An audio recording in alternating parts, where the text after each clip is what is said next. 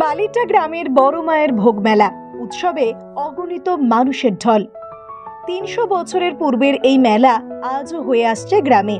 লক্ষাধিক পুণ্যার্থীরা মায়ের কাছে আসেন তাদের মনোবাঞ্ছা পূর্ণ করার লক্ষ্যে। মা তাদের মনোবাঞ্ছা পূর্ণ করেন।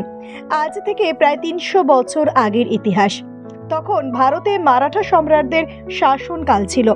ঠিক তখনই লালমাটির জেলা বাঁকুড়ার একেবারেই পূর্ব প্রান্তে কতুলপুর ব্লকে প্রত্যন্ত বালিঠা গ্রামে শুরু হয় বড়মার পুজো ও মেলা। জানা যায় একসময় এই বড়মা থাকতেন গাছের একটি কোটরে। একদিন এই মা স্বপ্নাদেশ দেন বালিঠা গ্রামের সিংহরাম রায়কে। তখন থেকে শুরু হয় মায়ের আরাধনা। পুজোর শুরুটা করেছিলেন বালিঠা গ্রামের বাসিন্দারা ও সিংহরাম রায়। সেই থেকে শুরু হয় বড় মায়ের পুজো। বহু দূরান্তের পুণ্যার্থীরা আসেন এই বড় মায়ের কাছে। মানুষ থেকে গবাদি পশু সকলেরই নানান রোগ ভালো করেন এই মা। এই বড় মা আসলে শ্রী শ্রী বসন্ত চণ্ডীমা নামে প্রচলিত রয়েছেন। এই পুজোর জন্য মা নিজে থেকে আদেশ প্রদান করেন। তারপরেই মায়ের পুজো শুরু হয়। বিতরণ করা হয় ভোগ। এই ভোগ খেতে এবং উৎসব দেখতে ৩ দিনে লক্ষাধিক মানুষ ভিড় জমায় এই গ্রামে। পুরনো সেই রীতি মেনে আজও একইভাবে এলাকার মানুষেরা এই পুজো করে আসছে। এই পুজোকে কেন্দ্র করে এলাকায় উৎসবের চেহারা নেয়।